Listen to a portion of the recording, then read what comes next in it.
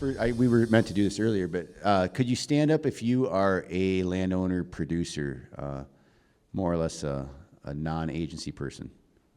How many we got in the room? I need you to stand. Appreciate that very much. Okay, stay standing. Stay standing, Dan. Dan, you can't. No, actually, you can't stand right now. You got to sit down. You're paid. You got a paycheck from another place. Your paycheck is mostly the ranch or the farm. Okay, I'm going to make it. There's a point to this. Now stand up if you work. You guys stay standing, please. Come on. Now stand up if you work for an agency, an entity, an NGO, or anybody else, and you actually run ground you're on the side with your family, with your friends. You have some level of agricultural operation.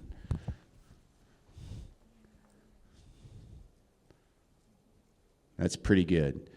So my point is, and I'll get off my soapbox, is there's a lot of agency staff, NGO staff, paid staff that also are very deep into the land management at home and at work. Now stand up if you go to work and you manage land on behalf of taxpayers, hunters, and everybody else.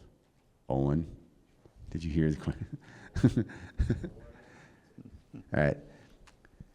And honestly, I think sometimes we don't give our land management staff credit enough. They have to balance all of the same things that our landowners have to balance on that land, making those decisions and ensuring that profitability is there. And sometimes your return on investment isn't actually the dollar, but it's the wildlife or the other things that you're charged with managing.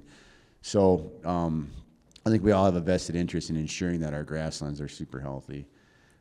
So that really wasn't my question, but I just wanted to kind of get us warmed up. What is your question? I don't have one. Gave like a 10-minute preamble. What is your question? I just wanted to show my appreciation. Okay. Actually, anyone else have a question? Otherwise, I'll kick us off with one. We have a question back We here. do have a question. I'm going to throw a lob ball out here. I don't know who's going to answer it, but where would a landowner go that's seen all these great projects? Where does somebody get started? That was actually going to be part of my question. And I was going to ask the two landowners that spoke. So you've talked to a bunch of different people. If someone were to come to you and say, hey, that's a cool project, who do I talk to? Who would you send them to, and why would you send them to that person?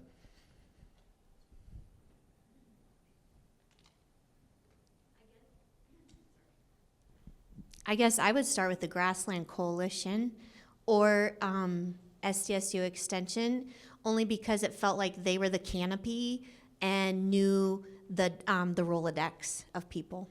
Sure. So would you say Dan within the Grassland Coalition? Would that be a good person to talk to? Dan's the man. Yeah. Wade, do you have another thought?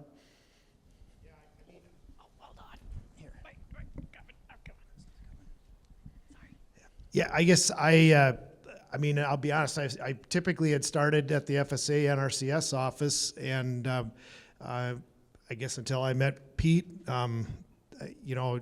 just his knowledge of all of the programs and options that are out there, I guess that would probably be, my starting point, and then go from there.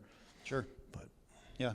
And you mentioned NRCS and FSA, which I think is still a good point. They are local in a lot of our counties, and a lot of times, Pete's going to get the local NRCS involved, and Dan as well. So I think that's another good option. Yeah, for sure.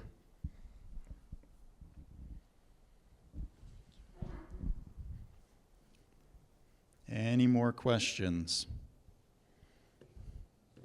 I got two of them. We got a lot of our land in Grassland CRP, and now no one wants to work with us on any other projects. We've tried game fishing parks, everybody, and we can't seem to get any money. Kind of treat us like the redheaded stepchild now.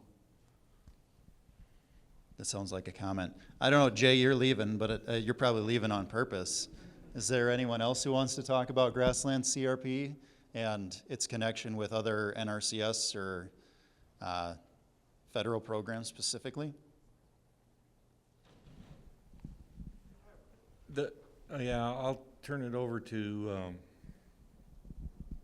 one of the other NRCS employees here too, but sometimes, a lot of times, is when we're talking federal dollars going to like CRP or something like that, it's hard to stack more federal dollars on top of that. And so in the program world of things, it's very difficult to do more when something's enrolled into a program. And it depends on what it is, depends on the circumstance, and it depends on the program. But it's very hard to stack those dollars on top of each other to do any more. And so sometimes we have to let that one particular program expire before we can do another one.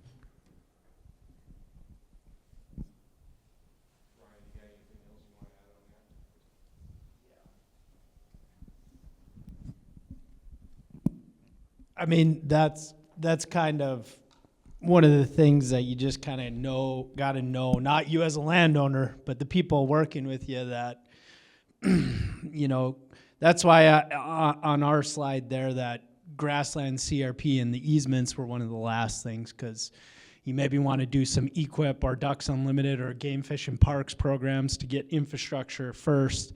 And then with the ultimate goal of once you get it how you kind of like it, kind of go into the grassland CRP. So yeah, we do run into some of those problems that if you enter certain programs, it kind of restricts dollars from the federal aspect, state aspect too, at times. So just knowing what order you need to put those programs in is pretty key. And I'll just make the note that there's a pretty decent amount of state funding that actually ultimately comes from federal as well through Pittman-Robertson. All right, there's another question. I have a question in that I'm a landowner, and I'm a landowner because I hunt pheasants, and so there's many people think I'm crazier than hell.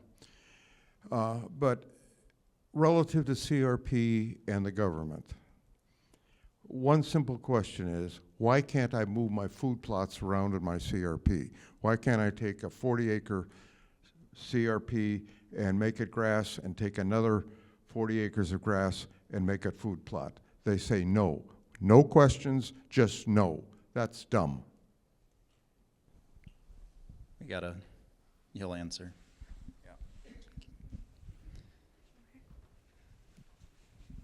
Would you quick introduce yourself too? Justin Enfield, Pheasants Forever. So we're in most NRCS offices, and if you're talking wildlife, that's usually up our alley. I wanted to address that first one with the grassland CRP, and I don't know if you've been through it, but there is supposed to be cost share for fence and water through FSA with grassland CRP. It often gets forgotten about, but it is supposed to be there. As far as moving your food plots, you might not like my answer in that we downplay the use of food plots. I understand, and it goes back to the cedar thing being put on a pedestal as well. We see those birds when we hunt them. That is not producing those birds. Those birds are in that unbroken cover, that diverse cover that this is going to cover a lot of in future sessions here. That monoculture food plot is not producing birds. It is a way for us to hunt them easier. Trust me, I grew up in between Mitchell and Huron on thousands of acres of CRP. I've lived my life that way. When it disappeared, I lost part of myself. So I understand some of the thought process behind food plots, but to be honest, where most of our birds were, maybe there was one food plot, no trees. It had to do with contiguous grass cover, unbroken blocks of habitat. So as far as addressing the bird issue, the more grass you have, the better. And moving that around, you're destroying your nesting and brood rearing cover in order to have a place to hunt them in the fall. So hopefully I give you something to chew about. Maybe you don't agree with it, but that's kind of what you're going to get from those of us in the biology field. So I think that's a really good question and a really good answer. And I think it's hard for our federal employees to always answer that. I don't like that the perception is that you're just told no without explanation. So thanks for the explanation.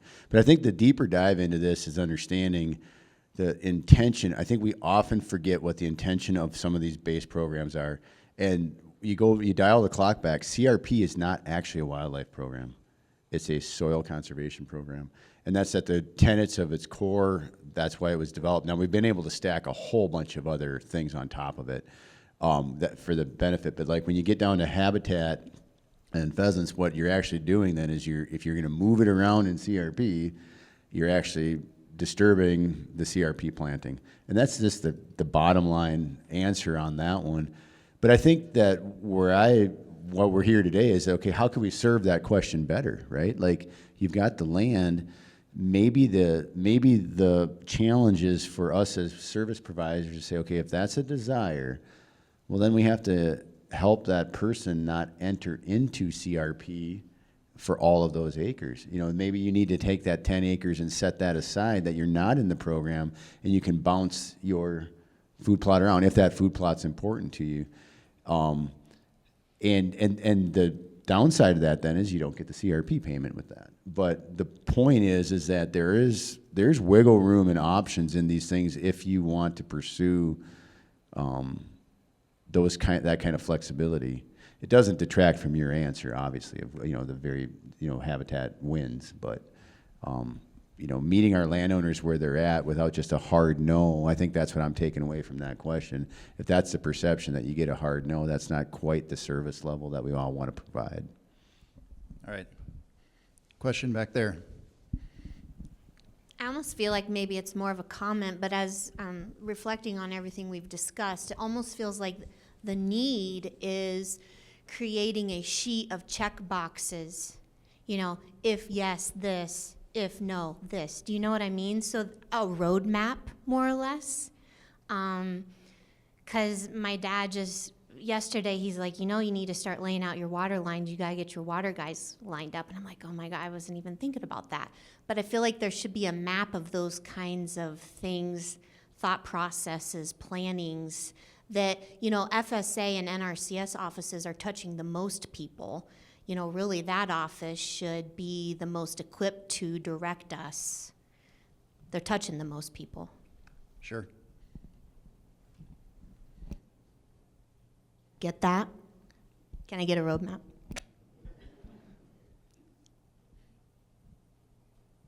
So you're talking about a roadmap for your project versus a roadmap for your programs. Doesn't have to be a restoration project, but that these office staff here know how to point Sure. people when he comes in the door. They know where to point them by understanding what their need is. Sure. So let me ask this question, because we do have a number of different agencies and NGOs represented. How many of you have something like that internally? A roadmap that you kind of follow if we're working through a program? Yeah? I figured. I'm surprised I don't see more hands, actually.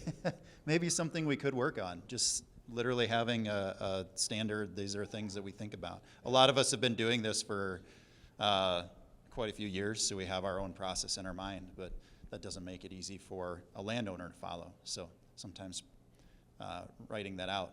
I could ask AI to write something up while we're having lunch. Jay has something to say.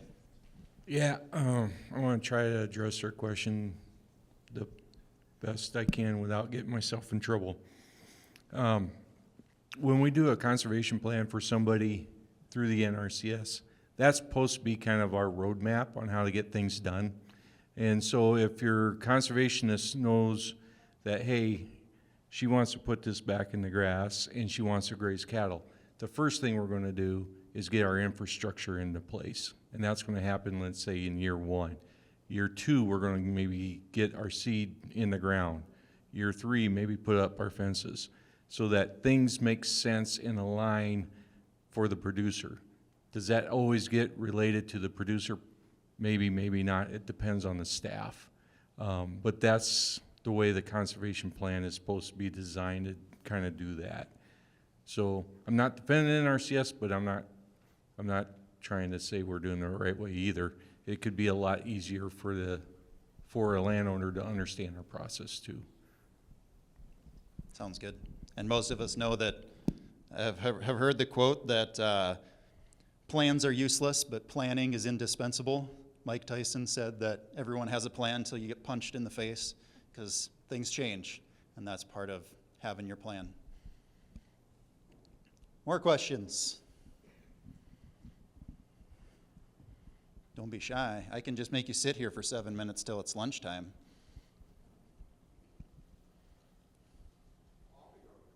There you go.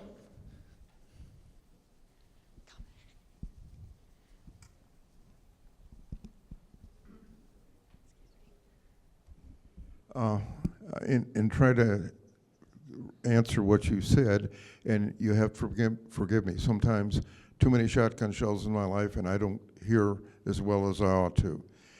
But South Dakota has thousands and thousands of acres of federal land. The white signs around it, and it's full of brome. And relative to pheasants, there's damn few pheasants in that ground compared to ground that's been worked and prepared to ground that has food plots in it. And I hunt all over the state of South Dakota, and I'd have to tell you that the brome grass in those 1,000 acres is pretty useless for pheasants. Now, if someone would put some food plots in it or around it, it would make it a hell of a lot better to hunt pheasants.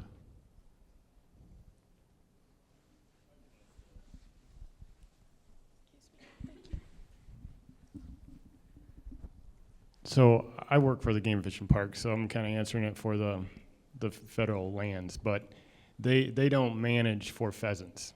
That's not their end goal. Their end goal is, if you're talking about waterfowl production areas, they're to produce ducks. And brome is actually a pretty decent grass for producing ducks. You know, that's probably not the answer you want to hear, but the Fish and Wildlife, like, that's not their main goal. GFP, like state ground, yeah, we're managing for pheasants. We're trying to manage our ground to, you know, give you an enjoyable time out hunting. You know, that's one of our main goals when we're doing game production areas. But the federal lands, they have different goals in mind. It's not necessarily pheasant hunting, so. I'm gonna pass back to Kyle first. Just your restoration goals. I agree with you 100% that brome is crap and it's not good for anything. Besides what Owen just said, of course. But we are trying really hard to get rid of that brome off the waterfowl production areas, and we are working really hard to plant high diversity grasslands that have warm season grasses, cool season grasses, and native forbs. And I think we've been pretty successful in southeastern South Dakota doing that, and we have been seeing great success with pheasant hunters utilizing those waterfowl production areas. But the brome is a definite difficult obstacle. Kyle, would you quick introduce yourself? Kyle Kelsey, wildlife biologist, Eastern South Dakota Complex. That's Waubay and Madison. Thanks. You got one more comment. I do like this because this is something we deal with daily. You know, with Pheasants Forever, there's a chapter model to it, and we are trying to get some of our chapters updated to a different way of thinking. The brome is bad. That is something as cattle producers, as you know, wildlife enthusiasts, we know monoculture, one thing taking over is bad. We're never going to be rid of it, but we can manage it better. I think one thing also is resources. This is both a public land and a private land problem, is the resource and the time to manage things. We have to remember what was going on here before us. Basics of it are fire and buffalo. We have cattle, we still have fire. That's one of the ways we can start to get back to some of these things. It's amazing how you can take a monoculture brome, even one that was go-back acres, and a little fire, a little mob grazing at the right time, and you've seen things you haven't seen in decades. I know it's easy to go with the correlation of put food plots on it, and that is a mantra still that I have seen change dramatically in the last 10 to 15 years, but it still exists. What does your grass stand look like with all of those food plots? I'm focused on the grass, not that you put more food plots out there. A pheasant is something that is has a relatively low life cycle. Like, they don't live a lot of years, right? What's the oldest pheasant you usually shoot? You ever shoot one more than 2 years old? Most of the pheasants that you see in hunting season come from that year's hatch. Therefore, nesting cover and brood rearing cover are far more important than winter cover. Now, we need to maintain adults through to that next year, of course, and that's why we've seen an uptick in these last several years. Is these low snow event winters have allowed adults to survive.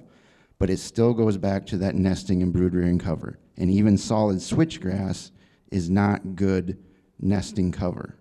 To put yourself down on a pheasant level or a chick level, you're not going to move through that very easily. But also, it's devoid of food. If you don't have food, you don't survive. Those food plots are barren in the spring. They don't produce any grain until that pheasant chick is grown, at best.